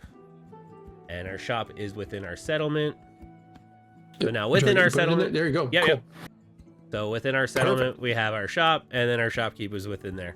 So it's just so nice. Now the story, let's go into the story real quick. So actually remove it from there. So go into, open it up. Yep. Remove it. And then remove. Yep. So then go to the story section on the right-hand side, which will be the first icon. Now what you can do is you can drag that story onto any element or any component on the left-hand side, and it'll link it. So grab that over and then just drag it, put it in the settlement. Yep. So now it's linked. And now you see the icon. So now if you go to that settlement, open it up, click more. You can click view story. View story. Okay. There you go. And so within the settlement, now we have a soldier who will hire and slave a beast to unlock magic. But the subject's supported by minions. Exactly. So, and then you can go back to the location. So any component can get a story attached to it. Yep. And if it does have a story attached to it, it'll show up with an icon there. Yep, the little icon here. Yeah, super cool. Now, if you turn off edit mode, it'll actually collapse everything down and make it look nice and clean. Yeah, and then you can expand them out how you see fit. Yep. Well, somehow your shopkeeper got moved out of the general store. So go back to edit mode, and then you can move them around. Yeah, shopkeep going here. So become part of the shop. Actually, it's funny because I think the shop left the settlement too. So there we go. It might have. I think it's because we removed the story. Okay, that's probably why. Yeah. So yeah, there you go. So you got your campaign organizer on the left-hand side, you have all your components on the right-hand side, and you can easily flip around, create stuff, move it, remove it, whatever you want to do. Yeah. And again, this is what I had envisioned on my drive over to GameStop, and then I just threw the idea out to Caleb, and within an hour he had a mock-up and a little video. So he sends me videos of like the mobile version or the tablet version or whatever. He just records screen capture, he sends it over to me, and he'll say, what do you think about this? And then I'll send him back a message like, oh, I think that looks good, maybe add this, maybe add that, change that, or looks perfect, go with it. So yeah, it's been amazing. And this, I think, is going to be a game changer, literally, for people to help organize their thoughts and have a logical hierarchy of concepts. So now you can create a realm if you wanted to, and you could put the settlement into the realm. Yep. You could then put a destination alongside the settlement. You could put a landmark alongside the settlement, and you can have this whole like hierarchy. We've got parents and children, grandchildren, great-grandchildren, all that stuff, and it all starts to lay out and be indented nicely so that you can see your thoughts and all your creations, and it all makes sense. So if you then drag the settlement into the realm, there you go. And now the character exists in the realm. Maybe they're traveling, they're on the road or whatever. They're not in the settlement. They're not in the settlement. Yet. Exactly. Yeah. That's what I was thinking too. And then, you've got that. Oh, it kind of got out of order again. The shopkeep ended up outside of the shop again for some reason. So yeah, I noticed whenever I'm moving, it seems like I'm moving the shop for some reason. Yeah, the shopkeep is just hopping up one. Okay. So maybe a bug we need to fix, but could also be user error. But it could be. See. If you are interested in playtesting, go to the main page of the campaign. You'll see the playtesting section, and you'll have various ways of playtesting.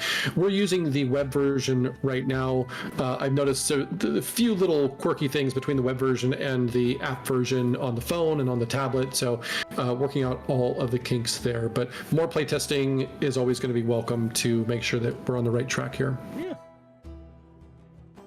Super cool. Oh, we should go into the RPG tools. We haven't talked about RPG tools yet. Sure. We have not. So RPG tools, these would be things like Objects of Intrigue, Treasure Trove, Treacherous Traps. So earlier somebody on Discord said something about traps. If you go to the traps, you'll be able to generate some traps for us. Let's start challenge rating 1 through 4, let's say. Sure. And here we go. There's a trap. There's our trap.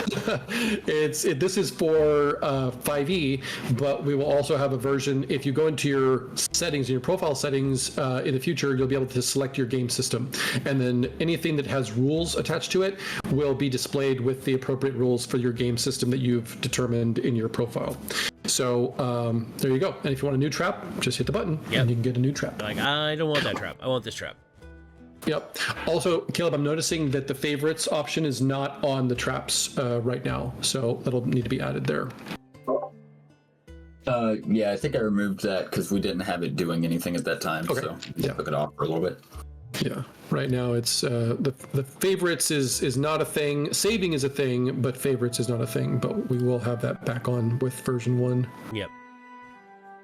Favorites will basically just add them into a location where you can grab them whenever you want. Yeah, it'll go into you'll be able to click favorites.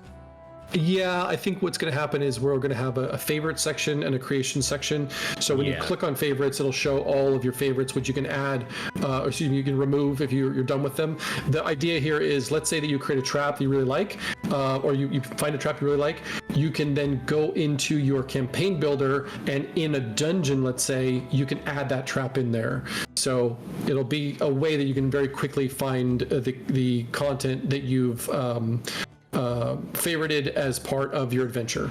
So Object of Intrigue is the same way. If you find a cool Object of Intrigue and you want to put it in the dungeon, same idea. Or you're out in the forest and you find a cool Object of Intrigue, you now can add that to the adventure. Like they're on the road in the forest and they come across this thing that you found while you were playing around with the app.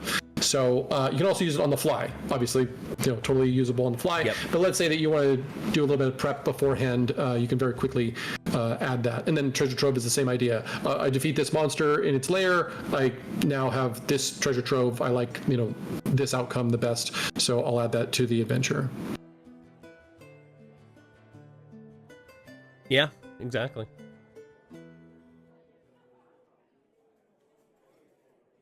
Yes, we will be doing non-epic fantasy genres as well. We've talked about that as an update coming down the road. We basically see this as an app that will support all types of role-playing, just in general. Yeah, for the time being, it could be a Clockwork Relay if you want, Lord. But Clockwork Relay, okay. Yeah. So here's the big vision for the app. Right now, we see it as being a very good accessory for playing at the table. We do see an opportunity for virtual tabletop integration at some point in time, where you actually have a VTT built right into the app, and so you could potentially be playing around the table and have somebody who is playing from their phone and they're not able to be at the table, but they can be with you guys through the app. I can also see a scenario where you're actually all online playing together via virtual tabletop. So that's a bit further down the road, but we've talked about it internally, and it seems like a viable option as well for this. Caleb wanted me to point out that we are looking about the capability of an app for Windows and Mac and Apple Vision and stuff as well. We're talking about Steam as well, having it available for Steam. But if you could install one locally and have, maybe it has additional features, we're not sure at this point in time, but some people are concerned about connectivity. If they don't have internet connection, for example, there is an option maybe to install it locally and be able to get all of the database information stored locally, and then when the next time you connect to the internet, it'll update your account with the information that you created. So let's say that you created a bunch of stuff locally. The next time you connect to our database, it will then upload your creations into your section of the database. That way you can access your content from any other device. So yeah, cross-device support is also super important. We want you to be able to be on your phone and then save your data, go to your tablet, and all that stuff is there. So Bear is right now on the web version. Yeah. He's in his account. He's creating some content. He then goes to the game using his tablet, and all that content is updated on the tablet as well.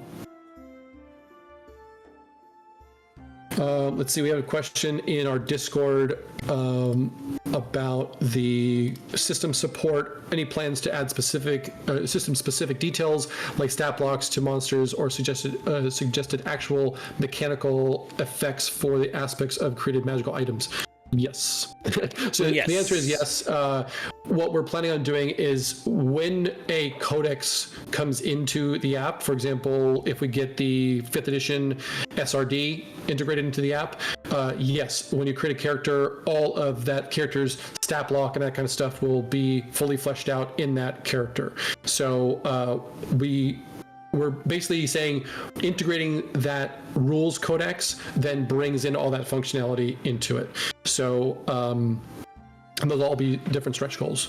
And we'll be putting out a survey as soon as we're done with the live stream that asks the question, what stretch goals do you guys want to see first, second, third, all that stuff. We listed some stretch goals on the campaign page itself, of which we're already way past a bunch of them at $35,000 raised so far.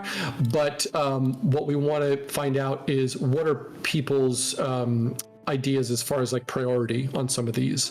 So where do the backers want the priority to be on some of these stretch goals? Some of them that are not mentioned here would be like enhancing existing modules. So let's say we have a module like Objects of Intrigue. Well, right now, Objects of Intrigue is broken up into environment, but we only had 5 environments where we consolidated a bunch of the environments together. Well, I could see a scenario where instead of having dungeon, underground, urban, waterways, and wonderlands, we actually split that out into all 12 environments. Elements of Inspiration is a bit more close to what I'm envisioning, where this has 9, but even that can get enhanced to get 12 total environments. That way, no matter what environment you're in, you've got interesting things to bring into your adventure that are very specific to that environment. And so that's an awful lot of additional content, but as far as the functionality of the app and the website, it's already there. So Caleb's on the call, so maybe I shouldn't, be too dismissive with it. The programming side is not as big of a lift as the content side, because all that new content has to be written. So the actual functions and stuff can be replicated from the functions that already exist for the Mountains database, for example, this one here. But we would then have not only, for Elements of Inspiration, right now, for Objects of Intrigue, I can't even say this word. Wilderlands is the sort of catch-all we're using for forests and mountains and plains and that kind of stuff. Yeah. Well, that's because it was a physical product. There's only so much content we can create for physical products before they get unwieldy or too expensive to be justifiable. So, but with the app version, we're not limited on size and space and that kind of stuff. So we can make those additional environments. We just have to write them. So those will be stretch goals where there's an awful lot of writing involved, not a lot of programming relatively. And again, tiptoeing around because Caleb's the one doing the actual programming, but I'm under the impression that duplicating the functions is a lot simpler than building them from scratch. You would think so, wouldn't you? Yeah, you would. Yeah, right. I know, it's so funny. I knew he was going to come in and say something, but relative. Let's just put it that way. I don't want to be dismissive of Caleb's abilities and skills and stuff. It's been incredible, but the functions and stuff are already there, and modifying them and directing them at a different data set is basically what I'll just trying to dig himself. He's trying to dig himself a bigger hole. It's kind of fun just letting him go. To go to a potential stretch goal, quiz and riddle generator would be interesting. I actually think that would be kind of neat. I know that's a cool one. Quizzes and riddles are something that a lot of people struggle with. My favorite thing is usually whenever I have a quiz or a riddle that my players are running into, they just end up brute forcing it. So having like just a nice it's more simple generator that I know I have the answer to, right? I didn't have to create this and make it complex or anything. It already kind of did that for me, but it would be neat. I would like that. That's an interesting use case for AI. Potentially. Yeah. That could. So the issue that I can see with a quiz and riddle generator is given your very specific scenario. No, exactly. How do we create a generator that is like a one size fits all, no matter what, quest, creature, NPC, all that stuff. It does remind me kind of traps. I think if you did like a challenge rating split for it, but having I don't know, the initial thing I'm supposed to read to explain it, what the actual scary thing about if they screw up the puzzle or something, and then how to solve the puzzle would be a way of handling it. But what is your name? What is your quest? What is your favorite color? Yeah. One of us only speaks the truth, and one of us only speaks lies. Yeah. That's what everyone. It's like, you just broke that. You. Yeah. Yeah, I could see that being a good use case for AI, to be perfectly honest with you. I don't want to be dependent on AI, but the reality is that there are a lot of benefits to it, and there can definitely be a lot of opportunity there. Especially for it would be a relatively simple thing to integrate into the app. Yeah. Like, to me, it's one of those where, for writing and things like that, it is quite useful for coming up with stuff on the fly like that. Dark Percy is having trouble trying to get into the playtest. They are in the Discord currently. So, if someone wants to join the playtest, what are the steps, Chris? You can go to oraclerpg.com and it should be available to you. You just create an account and you'll have full access to all 5 of the content generators and all 5 of the RPG tools. You'll also have access to the campaign builder. Cool. If you want to download it on Android, there's a link on the page, on the main page for the Kickstarter campaign, and it'll have a build you can download directly from Firebase. If you want Apple, that's still in the approval process. So we have it because we've got test flight and we've got it internally. But as far as external, there's a submission process and all that for that. That's why we also launched the website, because basically everybody should be able to access it through the website. Nice. Well, it looks like it's one of the Discord members helped out. Yeah, the Discord, I feel like they're all great people in there. So yeah. Very helpful. The chatter has been incredible. Just so many people. I'm glad you got it sorted though. Helping each other out. Yeah. Curse generator. That would be interesting. I mean, curses. Yeah. I could see that one being a pretty simple. That would be pretty. Yeah. That wouldn't need AI. So curses. Let me make a note of that. So I know that we've got in the magic item generator there's lists of curses and stuff like that as well. Yeah, so like the object itself can be cursed. Yeah. Curses and hexes.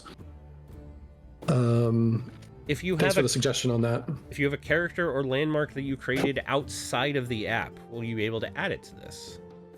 Yeah. So in that case, you simply need to select the most appropriate things. Yep. Now, Caleb, correct me if I'm wrong. We do plan on having an edit all feature where you'd actually be able to enter in your own stuff for every single part of the character. Correct? Yeah, that's correct. Okay. So in that case, you could say, I don't want to use any of the stuff that you are providing. I just want to enter in my own details for their race, their personality, their motivation, their flaw, all that stuff. And then there's also a notes section for every component. You can just put information there too. Yep. So as far as custom content, it's totally an option. It's not currently available, but it will be in the not too distant future. So it may be something where when you are creating that component type, it'll just be an option from the very beginning, manual entry or whatever we end up calling it. You do have to have, well, you won't have to have all the content. We are working on a version where basically any component can just have like a name or one thing about it. It needs at least one thing about it in order to be saved in the database. So you can't just have blank entry after blank entry. But what we're planning on doing is something where when you say manual entry, then it will prompt you with like, okay, so tell us about this person, what's their race or species, what's their personality, what's their flaw, what's intriguing about them. You can fill in all of it or just one of it, and then you can go from there. So if you want to fill that stuff out later, no problem. We may even be able to have it to where even after you've selected that and you want to then modify it later, you still have the ability to bring in content from our content generators. So let's say all you want to do right now is name a character. So you go ahead and name a character. Okay, that's a placeholder for later. Okay, I want to give them this, this, and this, and then I'll use the generator to create the rest of the details about them. Yeah, like maybe totally I want the intrigue to be generated. So exactly. Yeah. Yeah, the other way, I think currently you could go in and do the pick me and go through and choose, as you mentioned, the closest thing to what you're trying to build. Like if you knew you were making a lake, you could choose your lake or something like that. Yeah. Yeah, lots of different ways we're exploring on like getting content into the app as well. So different importing and exporting functions and all that. Yeah, and if I could plug in, related to users pulling in their own content to the app, it is possible that if we move forward with the enhanced version with AI, we could use OCR, which is optical character recognition. And so people would be able to take a picture of their content and it would extract the words from that and plug it into the app. So that way they wouldn't have to manually type stuff in. I just wanted to throw that out there, something that we can be looking at. So theoretically, you could take a picture of your character sheet and it would pull in the attributes and it would fill in the what is referred to as a document inside of the database. Correct. Yep. That's cool. Yeah, that's really cool. That's a massive time saver.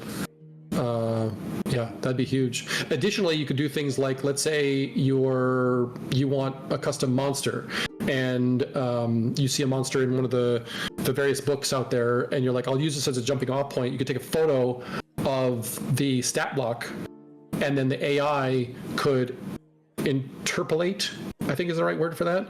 So interpolate that into, I'm gonna use it twice, even if it's wrong, into the Oracle RPG app, and then fill in all of the details for you. So that monster would have things like their various attributes and hit points and all that kind of stuff. The AI, if I'm hearing this correctly, Caleb, the AI would be able to look at that stat block and then fill in the Oracle RPG version of that monster with the appropriate numbers and text, correct?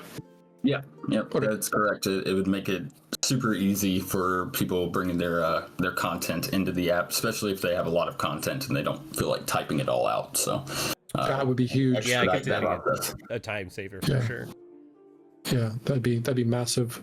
Yeah, you could just have it integrated right into the app where it says, take a photo and just, or maybe it doesn't even take a photo. Like you just look at the page and it says, hold the camera still, and then it just sucks all the data out of the page and puts it into the app.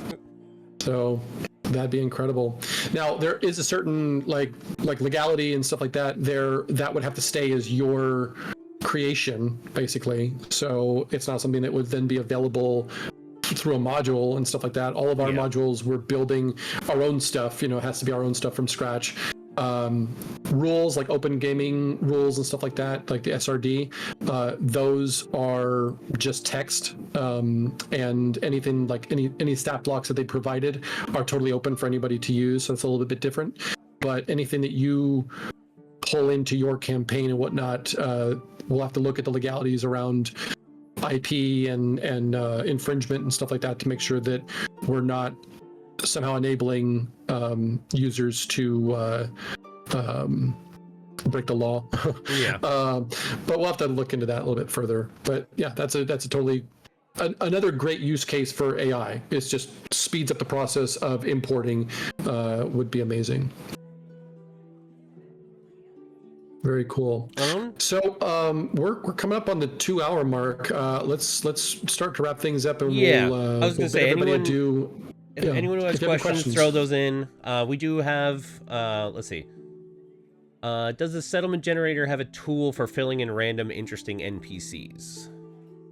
So the way that we're anticipating that is that the settlement module is going to come with the point of interest generator.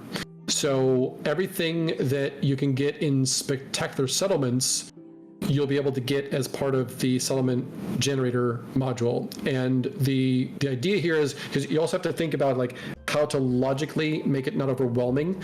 So when you create a settlement, you'll also be able to create points of interest, which means you'll also be able to create like proprietors of those points of interest. So that'll all be involved in the same module.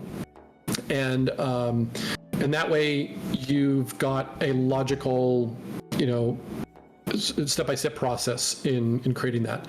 So the answer is for proprietors of shops, yes. For like townsfolk and stuff, that would probably be more related to the character generator. That's what I was where thinking as well. there's a section in there called townsfolk and travelers, and that's where you would want to generate those, I think. Yeah, that's where I generated our merchant before. So yes, yeah. Yes, to put them in there. Now, because the points of interest will have like a proprietor, it's a bit like the zombie template you can apply to any character or any monster, any creature, whatever. The same idea where you could have a character you create and then you can make them the proprietor of a point of interest. So again, trying to make it as logical as possible. Also looking into things like when you create a story, if there's a monster in that story, it will prompt you to create the monster using the monster generator, and then it'll keep them linked together. Okay. So, which would be kind of cool. And then same idea with a character. So if you've got like a noble who is going to hire you to, vanquish some enemy or whatever, it will prompt you to create that noble using the character generator and create the enemy using the character generator as well, or the monster generator if it's a monster, that kind of thing. So try to give you a logical step-by-step process for creating your content. Nice. Yeah. We got another question. A bit similar to video game character creation, could it be possible to lock in certain items and reroll others? Yeah, so lock in certain attributes, yes, and then reroll others, yes. So as you can see, Bear, if you go to the character generator, you'll actually be able to do this in real time. So let's go back, and then if you go to heroes and champions, let's say, and then just go let me choose. Yep. So here you could pick something about the character and then randomize a different one and then come back and pick instead the random one you didn't like, or you want to change it. You could have something where a character changes over time. Just because that person has a certain personality now doesn't mean they will have it 10 sessions from now. So they could have a different motivation. People change. So that's an example there. So right now you've got reckless and mindless as the flaws. Well, you could easily go in there and pick a different one, or random. True. So yeah, totally changeable. He's no longer reckless, and we were like, oh, and somehow he became spoiled. Or exactly. Yep. Totally changeable. Also, you could save this character, and we're working on also the duplicate option as well. So you could say, I'm going to duplicate this character because I like everything about them. I'm going to make like a sibling, and so I want everything to be fairly similar, but I'm going to make their intrigue a little bit different. So, let's say that we integrate history and that kind of stuff into the character generator. Well, you could, have a character with the same history because they grew up together with this other person, and then and all the same, they're human, they're fey touched or whatever, and then you go down the line but you change one thing about them. So you duplicate it and then you just change one thing about them. Similar to like settlements, you could do the same thing. So basically any component you can then duplicate and then change various attributes about that component. Nice. Yeah, we want this to be as useful as possible for people. So any ideas that people come up with, like, it would be nice if we had this. Yeah, that's what the next one was. So yeah, they said a token border generator. So being able to generate the borders around your tokens. Oh, Caleb, that's a Caleb question. I would imagine that maybe we have a certain number of different styled tokens, and then you just pick which style you want and apply it to the artwork that you've chosen for your character or your monster or whatever. But artwork and manipulation of artwork and stuff like that, Caleb, what are your thoughts on that? And how feasible is it going to be to allow people to like upload their own artwork? That gets into a whole other thing now, because people can upload totally inappropriate content. Yeah. Well, it's completely feasible, and my history with building apps where that was really the main focus. There are quite a few tools available to us nowadays that can help moderate that content and make sure that if something inappropriate is uploaded, that it's stopped before it makes it anywhere that it can be publicly viewed. And also putting into place some security checks, make sure it's not laden with any sort of malware that could be a problem for us. So but yeah, I mean, I would say that if that's something that we're going to look at doing, it's completely feasible to do it. I don't see a reason why it'd be a problem. Okay. All right, just checking the rest of the comments. Yep. But I really hope everyone enjoys the playtest. If you're not already aware of it, go to the main page on the Kickstarter. It's going to be the first thing at the very top. Right here first under header. playtesting. Yep. Web users can click on Apple users on its way, Android users, and then of course you can join the Discord to talk about it. If I may, real quick, I'll be pushing out a fresh build for web and Android here in about 30 minutes or so. Okay, nice. I'll have quite a few updates and fixes done to it, so I'll be coming soon. Nice, yeah. Thank you. Chris, you could post the update once he has that, and then basically you can post the survey and all that stuff at the same time. That'd probably work real well. Yeah, totally. Big round of applause for Caleb. Yeah, thank you. In the chat, sound off from he's done an amazing job here, and we are truly thankful for all the hard work. There were a couple nights there of just not even all-nighters. It was like all day and then all night and then all day again. And I was like, Caleb, you've got to go to sleep. But he was like, no, I can do it. I'm good. And then, we've got a functional version that is available for everyone to try out and enjoy. So thank you for that, Caleb. We really appreciate the hard work. Yeah, absolutely. Glad to be involved. Yeah, it's awesome having you. I'm sure the community also appreciates it because they get to play with this awesome thing. Yeah. So, super cool. And John, our village settlement dungeon generator, they're a lot of fun. I always have loved using spectacular settlements and everything like that. And as Chris mentioned before, the settlement generator will expand over time. Currently, it's just to show a proof of concept of what there is, but there will be a lot more details and things like that for your settlements. Yeah, so settlements, destinations, those will both get much bigger with the final version. It's just there's a lot. There's an awful lot. There is a lot. So those were basically just an abbreviated version was built to give you enough to work with and show you the concept. Yep. So very cool. Oh, cool. Well, thanks everybody. Right now we're at just about $40,000 with 181 backers. We hope that by the time this ends in about 31 days, we have many more people. I never like to put numbers on these things because I never know where it's going to go. But if you can continue to share the link with your friends, that would be amazing. And just keep trying it, keep using it, give us the feedback, and we'll make this app the best possible role-playing game accessory you've ever used. So happy with where it's at right now, but it's going to be so much more as time goes on and more modules get added and more features get added, and it just becomes that like must-have for everybody. And supporting users as well. So character generation, all that kind of stuff, inspiration for them is going to be huge, and we hope that everyone enjoys it. So. That's all I've got. And I just want to say thank you to everybody. This has been amazing, and we'll do more live streams and we'll keep everyone updated with the progress. Awesome. Well, thanks you guys. Catch you all later. All right. Happy gaming, everybody. Bye, everybody. See ya.